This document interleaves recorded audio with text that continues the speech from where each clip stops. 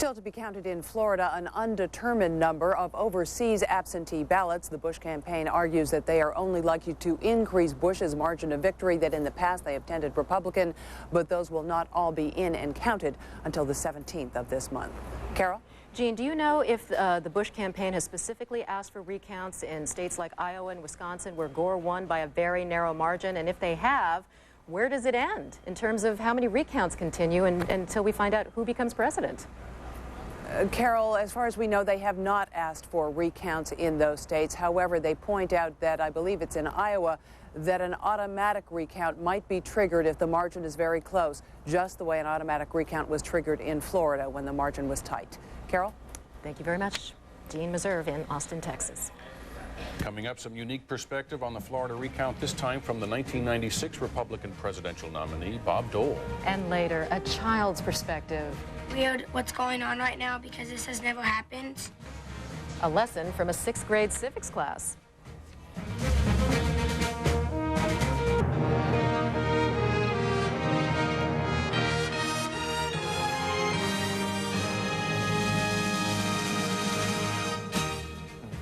All right, once again, live in Tallahassee, Florida, we continue to await the long waiting game for the White House. At this point, unofficially through the Associated Press, George W. Bush does lead Al Gore in Florida by 327 votes, according to the AP.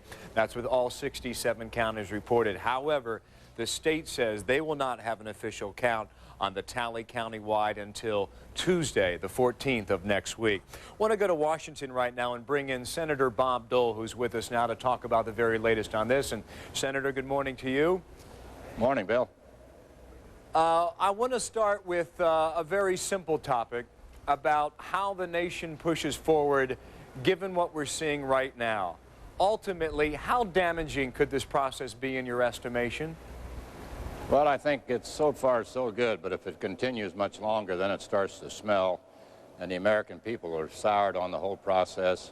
They start thinking about, you know, who's causing this problem? Why are we doing this? We've had a recount, we've had a count, we've had a recount, now some want a re-election until they finally get Gore elected. My view is, I think it's pretty much over. I mean, this is an unofficial tally. I think the official tally will give President-elect Bush more votes, and then I think the overseas votes will go break in Bush's favor. So I think it's time for Al Gore to look people in the eye and say, well, we gave it our best shot, we had the recount. We may want to wait until we have the final count next Tuesday, and then we're prepared to concede, because the stock markets are affected. People are going to become bitter. We've got a public campaign going on in the streets in Tallahassee. The campaign ended Tuesday, and we shouldn't try to reignite one. Could take me back to the first part of your answer. You say the issue of time is critical. What time frame are you considering on this? Is this hours, days, or weeks? I would say now it's got to be just days. I mean, we don't. If you want to go up to the 17th, that would be a week, but that would bring in all the overseas deadline ballots. But all these lawsuits, they've said they filed 8 lawsuits and they found people who were confused. Well, we can find people who were confused in Wisconsin and in Iowa and in Illinois and in Washington State and in Oregon and New Mexico and probably other states. And they probably would have, we can find people who probably went home when they heard all the networks say that Florida had gone into the Gore column 15 minutes after the polls closed, when they withheld information on Virginia, North Carolina, Georgia, and other states that Bush was way ahead in. So there are a lot of things we could get into. That's why I think this is a quagmire. And it's up to Vice President Gore to be the statesman as President Nixon was, or candidate Nixon was in 1960, and say, wait a minute, the interests of the country come first. We've had our count, we've had our recount. We can't demand a new election. If the Texas governor does prevail ultimately, throughout his campaign he has always said that he is a uniter and not a divider. If indeed George Bush is the next president, in your estimation, how can he best unite the country given what we've seen for 3 days now? I think doing the same thing he said, bringing in Democrats immediately and not wait till after the inaugural. A lot's going to depend on how Gore goes out of this race. If he goes out on a high plane, it's going to be very helpful to President-elect Bush. And I think Vice President Gore will do that. I mean, you know, these are two men who had a tough race. It was very close.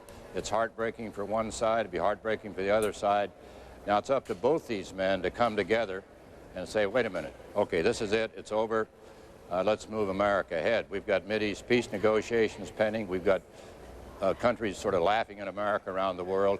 I don't blame the Vice President for wanting the recount. The election was that close.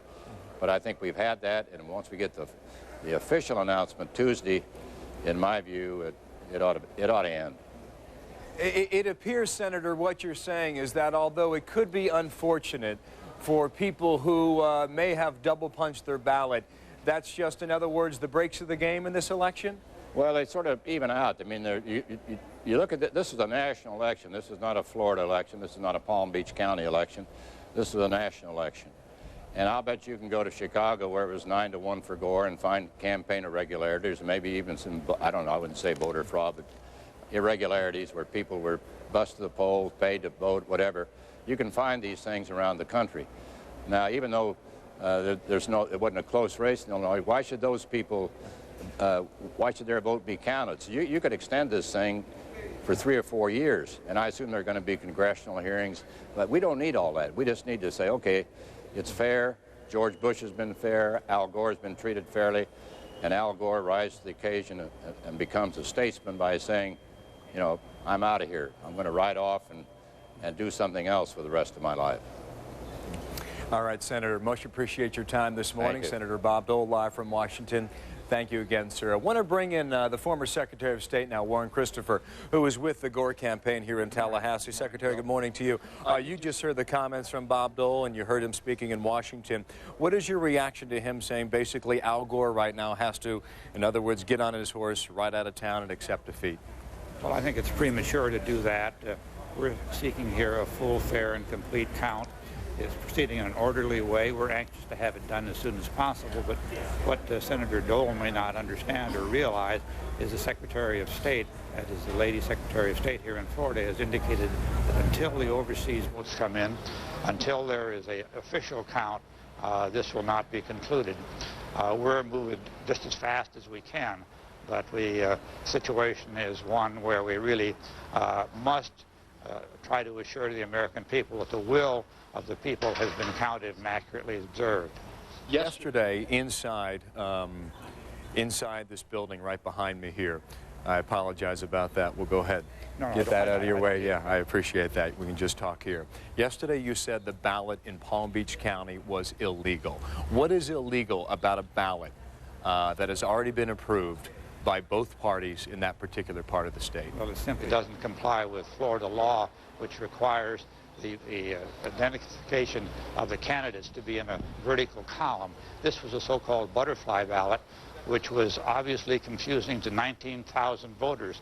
This isn't 1 or 2 minor irregularities, Bill. This is 19,000 voters who had their ballots thrown out because they found the ballot confusing. It's important to understand this is the only county in the state that tried to do it this way, and my Florida lawyers who I've been talking to say it's clearly illegal under Florida law.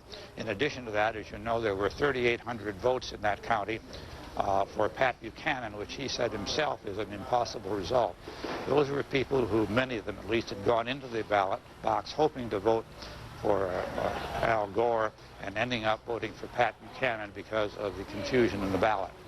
Yesterday also, you and Bill Daly, the campaign chairman for Al Gore, also indicated that we don't need a president until the 20th of January. That's dictated by the Constitution. But yet, that's 2 months and 10 days from now. How long can the nation continue to stand the confusion and the questions we've seen now for only 3 days, and we've seen the effect already? Bill, our founding fathers fortunately built in a period of time.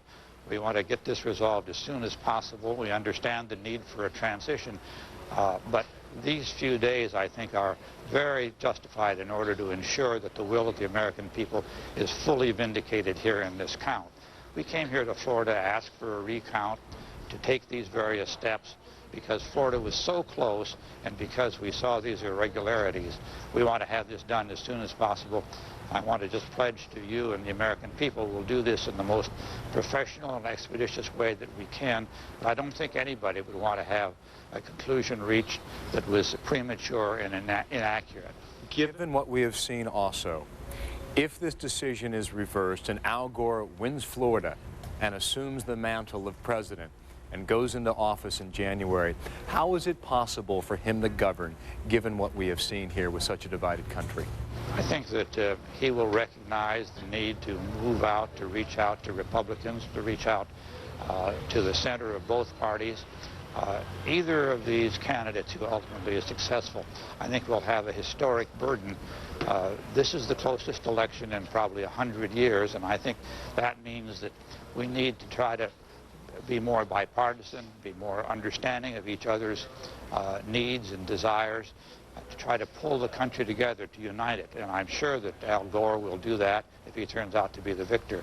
I think those of us who've been working on it here feel down deep, if the voters of Florida's views are really taken into account, Al Gore will turn out to be the president of the United States. He has the largest popular vote. We think he really won here, and we hope that'll be demonstrated. Finally, the Republicans in Austin, Texas right now are calling into question a number of different states: New Mexico, Iowa, Wisconsin, Oregon. If they were to issue similar challenges, such as the Democratic Party has done in this election, would you accept their complaints?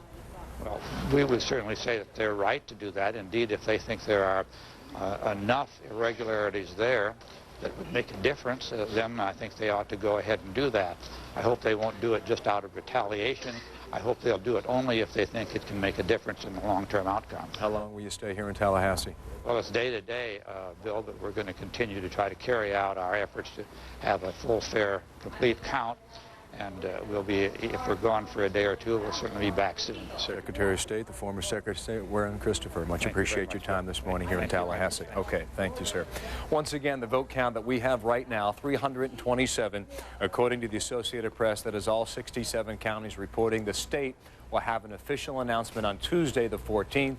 Then the absentee ballot deadline for overseas ballots again is a week from today on November 17th. It is more and more interesting as we look at this issue every day now into day 3 and still counting. Live in Tallahassee, Florida, I'm Bill Hemmer. Our coverage continues, though, shortly here on CNN's Early Edition after this timeout.